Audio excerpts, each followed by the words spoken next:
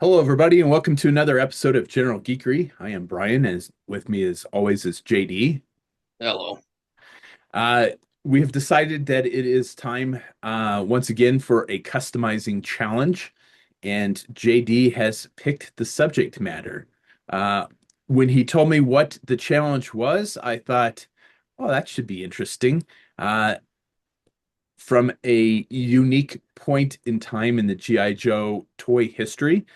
And then I looked at the figures and remembered how horrible those figures were. And I don't think this challenge is going to be as easy as I thought, but I'm going to let JD explain what the challenge is. Well, it started because one of the Facebook groups for one of the G.I. Joe Facebook groups, somebody posted a YouTube link to one of the commercials for the G.I. Joe Extreme toy line. Now, in this commercial, there's a stereotypical like drill sergeant yelling, what does it mean to be G.I. Joe? And there's something to the effect there's a group that responds something to the effect of muscles and missiles, and that is what the GI Joe Extreme line was. They were all 5 point of articulation. They were very pre-posed. They were made by Kenner, so they're super buff, completely, almost completely useless as toys. But I mean, the character designs for Extreme were pretty good. And because a lot of them, honestly, had Extreme been also 3 3/4 inches, it could have been just looked at as another extension of the Joe line. I mean, they wouldn't have looked any more out of place than I mean, they would have. I don't think they would have been any more out of place than groups like the Battle Force 2000. But instead, Kenner decided that now that the GI Joe now that the original toy line is gone and Sergeant Savage didn't do all that well with its 5 inch tall traditional articulation Joe line, we're just going to go in an extreme direction. I mean, the 90s were a time of everything extreme.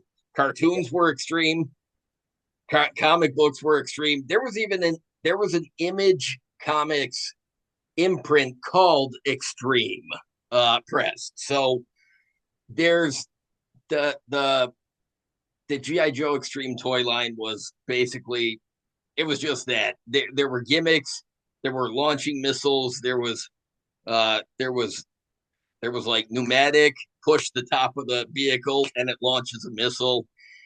It's really it was really a terrible toy line filled with a bunch of characters that I think were okay. Because there was a Dark Horse comic at the time that was just called G.I. Joe that used the extreme characters and actually tried to give it a story and actually tried to give some depth to the characters. And honestly, that worked pretty well. But then you look at the toy line and you're like, wow, what the fuck were they thinking? So the challenge is make a make a decent figure of one or more extreme characters. I don't really care what format, what size, what scale.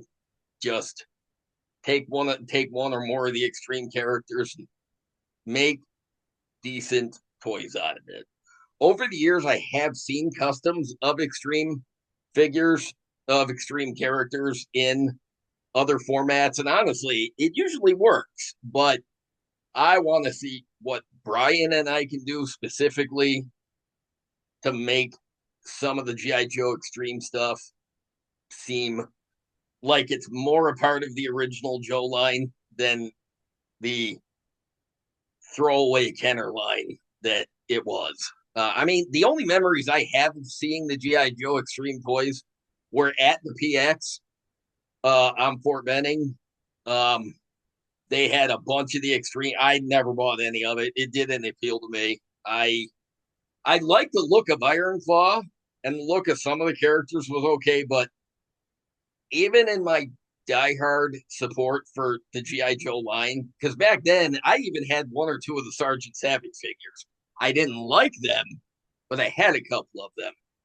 I couldn't even bring myself to buy the extreme stuff. I did have the comic book, but nothing could make me buy those toys.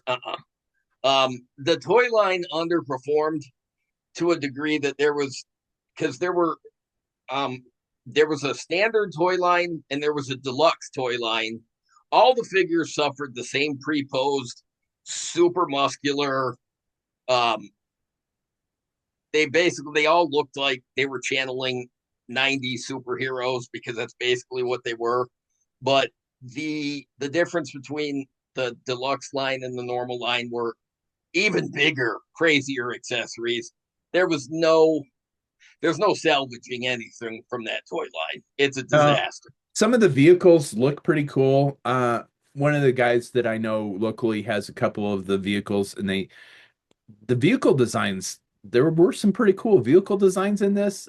And I would agree with JD that there were some good characters put into this line. But if you imagine, if you took like one part GI Joe and then like 90 parts of every 90s toy trope there was and stuck it in a blender, that's what you would get with the GI Joe Extreme line. I mean, it's the colors, the characterizations, the facial expressions, the the over musculature, the posing, the accessories, everything, every bad 90s GI Joe or 90s toy trope that you can think of, they crammed into this line, and it's abysmal. I mean, the figures are horrible. I don't even remember this line from it was mid 90s. I was not collecting anything at this point in time. I was barely surviving at this point in time. So I don't remember anything from this toy line uh, until I didn't even know it was a thing until the internet. And looking back at it, um, yeah, it just, You're glad that you know. You're glad that you were unaware of it. yeah, pretty much. Um, I would like to read the comic book just to see what they did with it.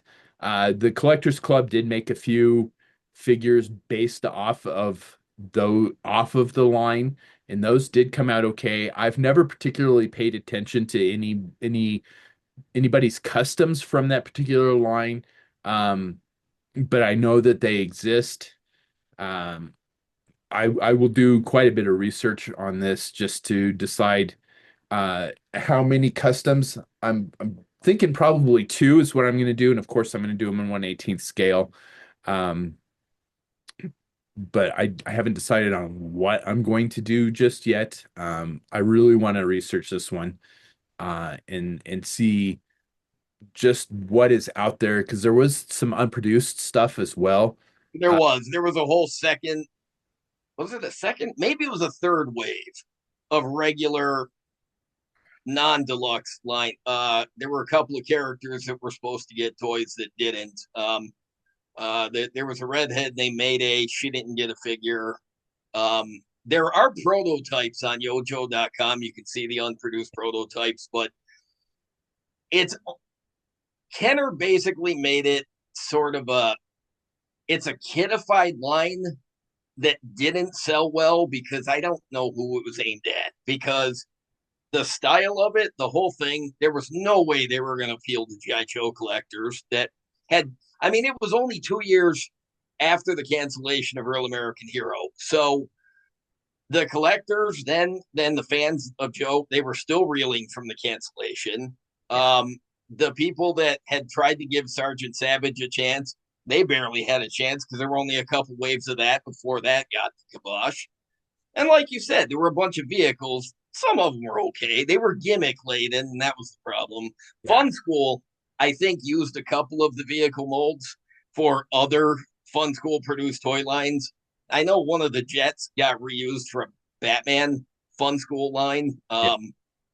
And there was, I mean, there were a couple, and in fact, Sergeant Savage, same thing. A couple of the vehicles did wind up. for Fun School there too. But honestly, the GI Joe Extreme line had no international distribution that I know of, and if they were produced international, I mean, if they were distributed international, I don't think there was any differences. I've never seen any particular. I mean, I've never seen any toys outside of those ones that were produced here. I mean, they had one crossover character, Sergeant Savage, basically went into deep freeze, cryo deep freeze, like Captain America. That's what and he wakes up in the near future, which is I guess where Extreme was supposed to take place. Um, so he's also on the Extreme roster. Nothing else made the cut with him. Some of the Sergeant Savage or some of the Extreme trademarks were used elsewhere later in the Joe line, like Lieutenant Stone. But the Sigma 6 character, Lieutenant Stone, is in no way connected to the Extreme character. So you could do really a lot of reimagining with Yeah. them too. So I just want to see what you'll come up with. I mean, this is open to the viewers too. I Oh don't yeah, see I was anybody going to else. mention that like we we definitely have a like it's small but loyal fan base for the show, and it's we don't social media is kind of shit these days, so we don't have a social media presence like a lot of the other shows, and I think that's how a lot of the more popular shows keep interactions is through social media, and we just don't have a that big of a social media presence um to get people to interact with this, but that doesn't mean that we don't want people to interact with this. We did a customizing challenge a couple of months ago. We had people that were interested that thought they wanted to participate, but life happens and they didn't have anything. And again, if you want to participate, by all means do. We'll probably have like a 2 to 3 month time limit on this. Oh yeah, yeah. Well, it. I don't have a particular deadline in mind right now, but that's because really we got to do research. We got to get parts. We got to Yeah. figure out exactly what we're going to do here. So it's open to the viewers if anybody wants to participate. I want to see what people are going to come up with. So if so yeah, if this strikes your fancy at all, then feel free. Really, just reply to the YouTube video and just be like, all right, you know what, I'm in. So um, and just like last time, if anybody else participates, we can have you on the show to talk about your work if you want. Yeah, we would love If to. you're up for that. We would absolutely love to have guests, viewers on the show with their customs. Um, so that is always going to be an option when we do customizing challenges like this, Yeah. is if you want to participate, we will have you on the show.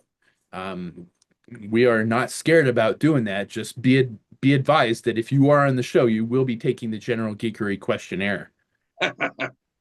um. Well, that's one of my favorite. When we have guests, it's one of my favorite segments is Yeah. to get them to do the questionnaire. But I mean, honestly, I like to see what people come up with for customs, and I'd be curious how people would handle this because there's a lot of interesting ideas with very little to actually. I kind of wondered if there's a chance the classified would ever get into extreme. I don't see it happening. I do. Chances are I do. my what's that? I see it happening. I see them doing Scar. Yeah, that's I could see that. I could see the forces of Scar coming into it. I don't think the Joes will because honestly, most of the Joe designs are pretty derivative of other characters that were Yeah. already in the line. There were a lot of reused trademarks that Kenner had for both the Transformers and the Joe line. Like there's characters like Rampage and Wreckage and Inferno, and I think they were all Transformers names. Um, the um, So really, and if you wanted to roll set, or if you want to roll Sergeant Savage into it because of the one crossover character, you can do that too. I'm not gonna, um, yeah, I'm not gonna get technical with it, but I think there's enough in the extreme line that you could look at and say, that could be a decent character. Yeah, and that's I always say if you follow I'd say we don't use social media. I use social media to post my customs. That's about my social media presence these days. And when I post my customs, I always say this particular custom is one of my favorites to make. This particular custom is one of my favorites to make. This particular custom is one of my favorite customs to make. And of those three things, female customs are one of my favorite things to make. Specialty vipers are one of my special favorite things to make. And reimagining characters that did not get a good toy, in my opinion, or get a fair shake at a good toy, is one of my favorite things to make. And those tend to be some of my more popular customs because people remember these characters from the kit from childhood, and they're like, I had this figure, I loved the file card, I didn't particularly care for the toy, or I really wanted to like this character more, but the toy wasn't very good. Or, man, Hasbro really screwed the pooch on this and I didn't like it. I liked the characterization on the cartoon or the comic book, but the toy didn't do it for me. And eh, if I had a dollar for every time somebody said if if the figure had looked like your custom as a kid, I would have bought the shit out of this. I get a lot of those comments.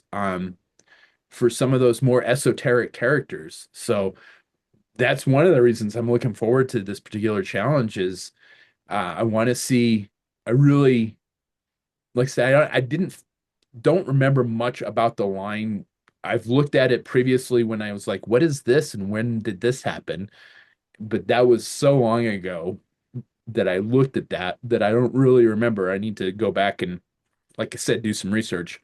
But yeah, I'm very interested to see what characters are available and what I can reimagine because that truly is one of my favorite things to do as a customizer. And I haven't even started, aside of coming up with this challenge last week, I've given it no thought. So I don't have a plan right now. I started watching like I said, I saw it was posted in a group. Somebody posted one of the commercials, and I went down and I looked at all the commercials that were available. And honestly, some of them are animated because they use clips from the cartoon. There's a compilation of some live action ones that were pretty shoddily done that made the Battle Corps short films look Oscar worthy.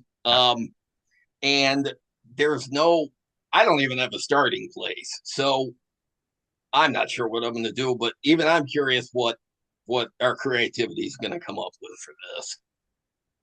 I think I know what one of mine is, um, but I want to, like I said, I want to see what the unproduced figures are, and I want to like look at each figure and then look at the character, look at the background for each of the characters and see what I can do. Because a lot of times when I reimagine a custom, I go off the information that's on the file card or the card art. More often than not, it's what's in the file card that makes me think, oh, you know what? Or their specialty. Like I just did a Rampart custom recently, and it's like, okay, if I never liked the Rampart figure, but I liked the idea of what his specialty was, which was shoreline defender. So I'm like, what do I do with that? If I was gonna have a like special ops guy that all he did was defend a beachhead, what would that look like? And base it, take a little bit here and there from the original figure, and then what can I come up with that? And that's how I came up with what I did for my custom. You know, I don't. I'm trying to remember if the Extreme line even had file cards on the back of their packages or not. They I'm had not actually sure. I was just looking at it before the show, and they had dog tags with a brief character description. Ah, okay. So there is something of a file card, but And I'm it's gonna about guess there's no detailed information on there. no, So it's you're about free to make up a lot of this stuff, really. yeah, it's about as 90s as you can get. I read one of them and it's yeah, it's pretty cheesy. It's as cheesy as the figures are, so I do wonder if you can find the comic book online to read page by page. I would imagine there you probably could. I think it was a 4 issue comic series, and I remember they took it pretty seriously. And honestly, they did a pretty good job with it, from what I can remember. Um, so if you can find those issues online to read, I'd be surprised if you couldn't. That's probably a decent place to start for inspiration too. yeah. I'm really curious to see. And then I'm curious to I want to look at some of the vehicles more in detail too, because man, I wish I could do vehicle customs on a regular basis because I did like some of the molds that they had for some of those vehicles. Some of them were pretty cool. Um, I had it yeah, don't. yeah, Extreme was it's definitely, I would say, a lost chapter in the history of GI Joe, but not yet forgotten about. So maybe we can prolong its its lifeline just a little bit. Um, and if Hasbro ever decides that they're gonna branch out to Extreme for classified, that might get it some notoriety that it never had before. But until then, like you said, the club made a couple of characters based on it, not a lot. I was hoping that they were going to do more actually than they actually did, but when it came to the club figures, they had a lot of they had to they had to try to please the vintage collectors. So they take some esoteric characters from Extreme and stuff, but they couldn't dedicate like entire waves to it. But um, I'm I would really like to see some of the character designs translated into decent toys. That's really what this challenge is about. Absolutely. Do you are you going to do yours in classified scale? Yeah, yeah. I, every once in a while, I'll go back to do like a real American Hero O-ring custom or whatever, but I cannot imagine that aesthetic with the Extreme. I can't imagine anything from Extreme being reimagined into the O-ring aesthetic and not looking silly, honestly. Yeah. I think the 112th line and the modern 118th line, I think those have the aesthetics that it requires to make Extreme seem grounded. Um, I think what it oddly enough, I think what it would have transitioned well into is Sigma 6. you know what? I could see that. I honestly,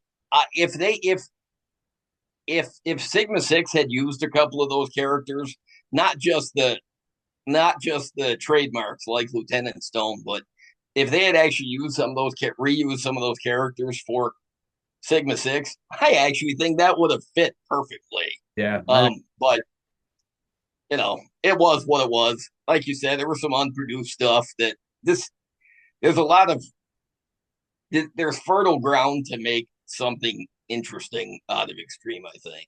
yeah.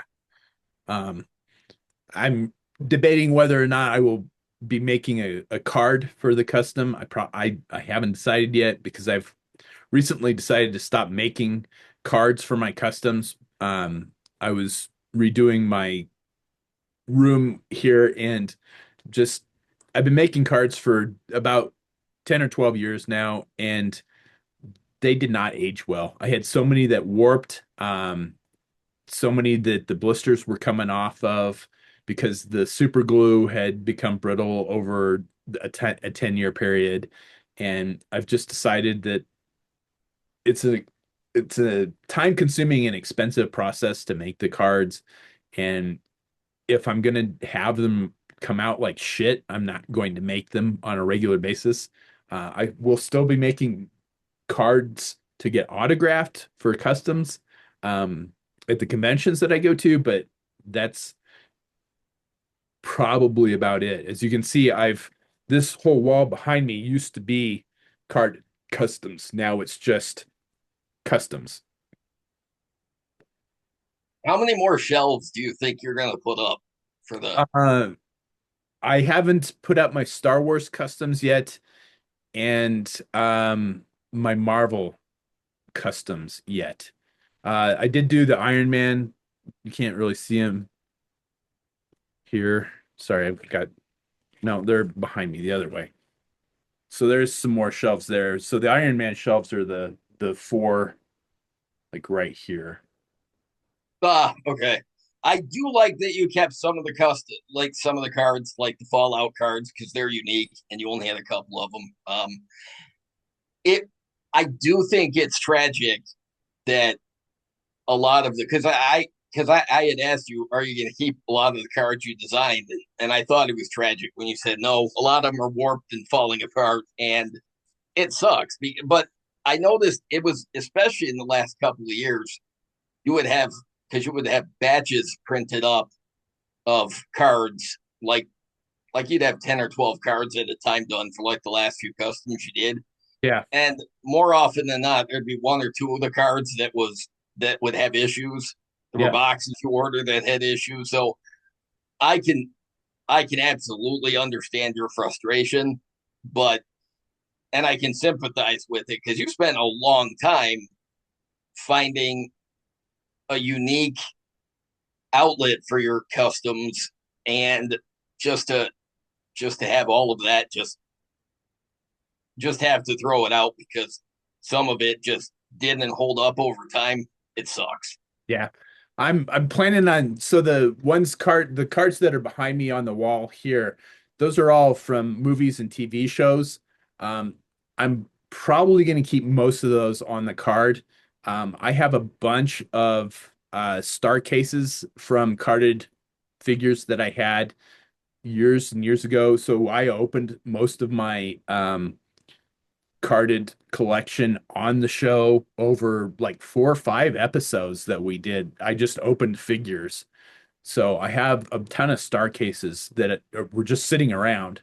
So the stuff that I want to keep carded, that the card really explains what the figure is. Um, those I'm probably going to keep carded. The few stuff that I do have, like our last custom challenge, we did the Children of Major Blood. I'm keeping those on the card. Um, so, but they're going in star cases so that they can't warp. Um, the eventually the super glue will get brittle, but if they're in a star case, they're not going to fall off then either. It won't matter. Yeah, you won't even realize it.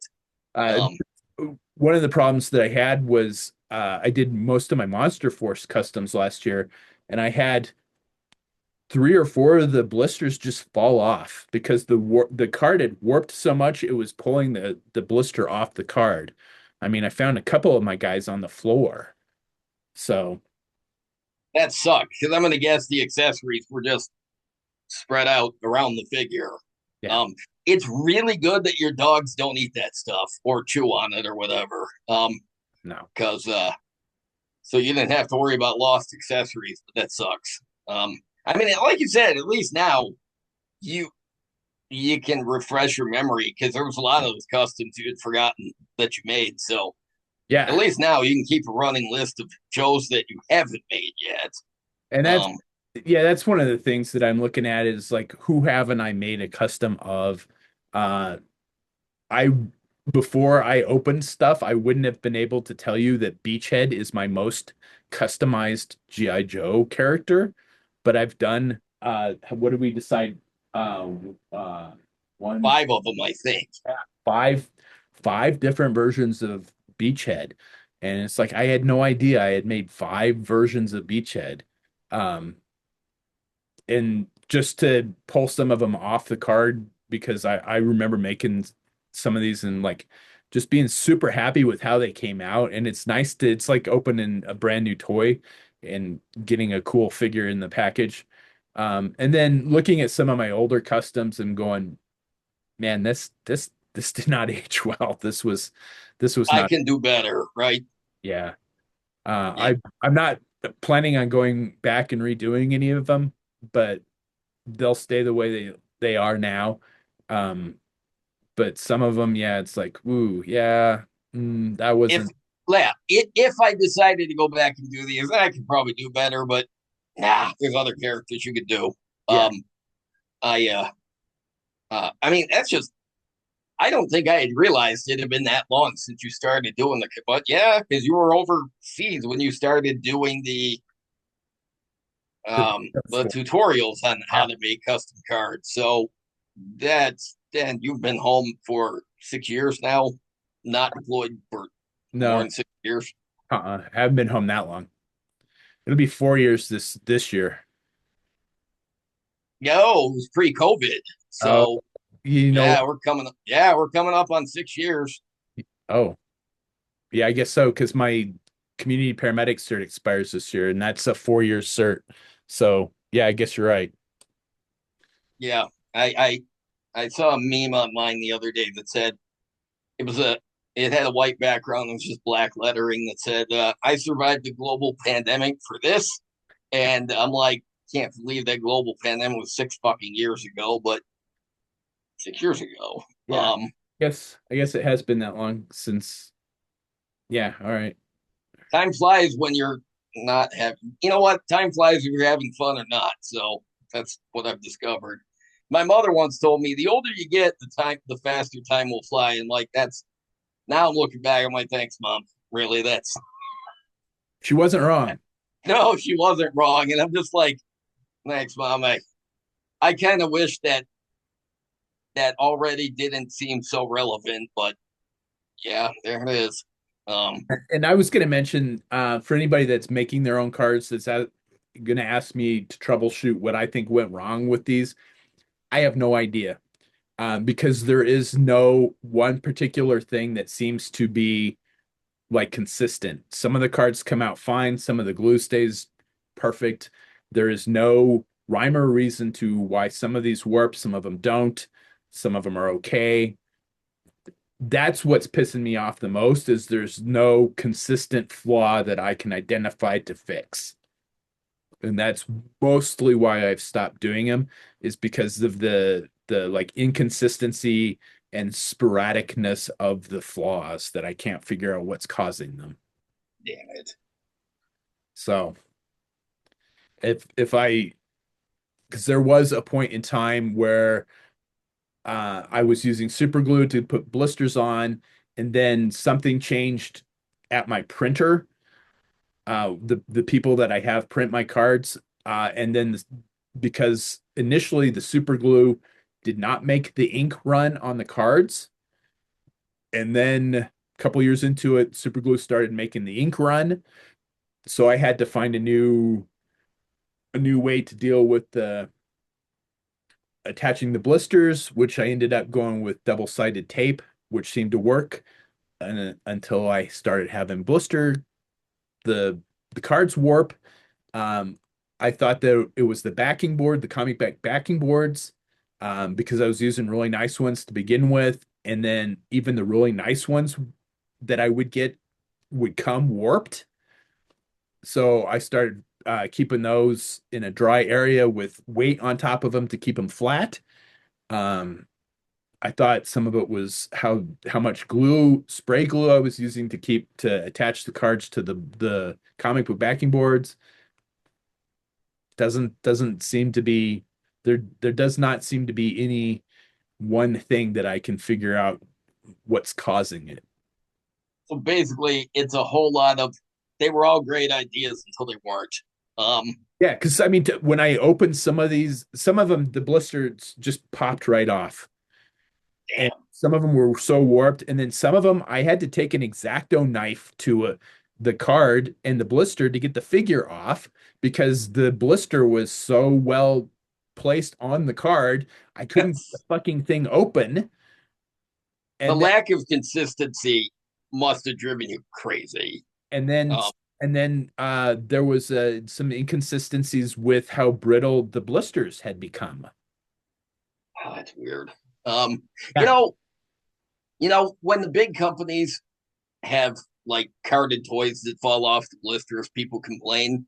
But when the big companies, when your customs have the same problems that some of the big companies, you're like, all right, I don't know what the hell went wrong, but it's it just sucks because like I would like seeing like the card designs and some of like the in jokes and stuff that you throw on the cards. And Yeah. I admit I was looking to forward to seeing the GI Joe Extreme huge logo on a card, but oh well. Like I said, some of this stuff I do plan on still making cards for some customs. It's just not every custom, which is what I had done. And I don't think I ever really talked about it on the show, but I talked about it on my social media page that I don't know, it's been 3 or 4 years since I went back and my goal was to put all of my customs on cards.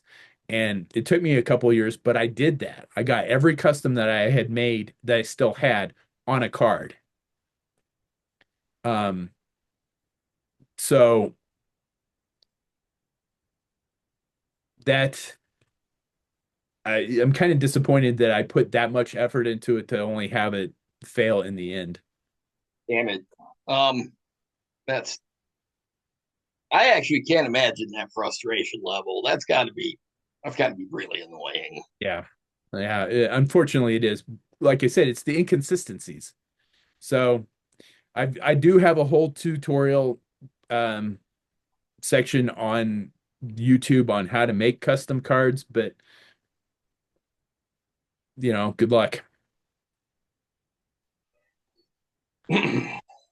Yeah, it's just it's such a huge change for your system for your personal customizing journey. It's rough. Yeah. Um, but I mean, could be worse. At least the customs weren't falling apart, No, or you didn't have like a bunch of flaking paint or something. So I guess it could have been worse. no, I did have a couple customs that when I took them out of the blister, the paint was tacky, which was kind of weird. Oh, Yeah, so I don't know what happened on some of those. There's no seems to be no rhyme or reason to that either. But I damn. have probably maybe half a dozen figures where the paint was tacky and they weren't like that when I had finished them. So I don't know what didn't age well, whether it was the sealant I was using at the time or uh, being in a package with no air movement. I don't know. So the whole custom card thing is yeah, it's done.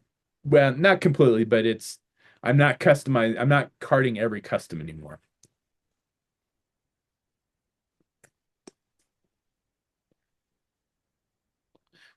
I think that's about it for this episode then. Yeah, short episode. Brian wanted to get one done so we could talk about the challenge. And I'm like, no, I think it's a good idea. We should do that. I This our don't first episode of the year. I think it is. yeah, I think so. Yeah. Yeah, Because I was normally we talk about toy news, but I don't think there's been any there really. hasn't been. I think this has been one of the not that there's a lot of toy news, because it's not convention season. Not that there's a lot of toy news in January usually, but I feel like there's even less than usual. Yeah. So I noticed that Monster Force had shown the convention exclusives they're going to put out this year that look pretty cool. Um, and then they announced a couple of new figures in their 1/12 scale line. But yeah, aside from that, I don't think I've seen like any Marvel Legends stuff that looked interesting. No new G.I. Joe announcements. Um, no new no new Star Wars announcements since last time we did an episode. So yeah, it's been kind of slow. So yeah, I think that's about it for this particular episode. So as always, please do that fun social media stuff, like, share, subscribe, comment below, join in the customizing challenge, and stay tuned for future episodes because as we progress on this, we'll have an end date and then of course a reveal episode too. So I think probably 3 months is usually what we try and aim for on a customizing challenge.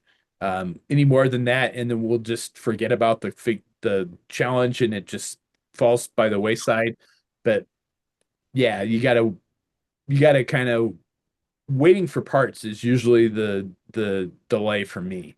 If I need a specific figure, I wait until I can find it for a reasonable price, or if I get a custom printed head from somebody, a lot of those come from China, so I gotta wait on that.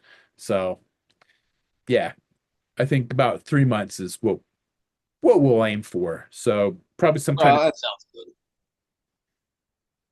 so as always, thanks for watching. Thanks, everybody.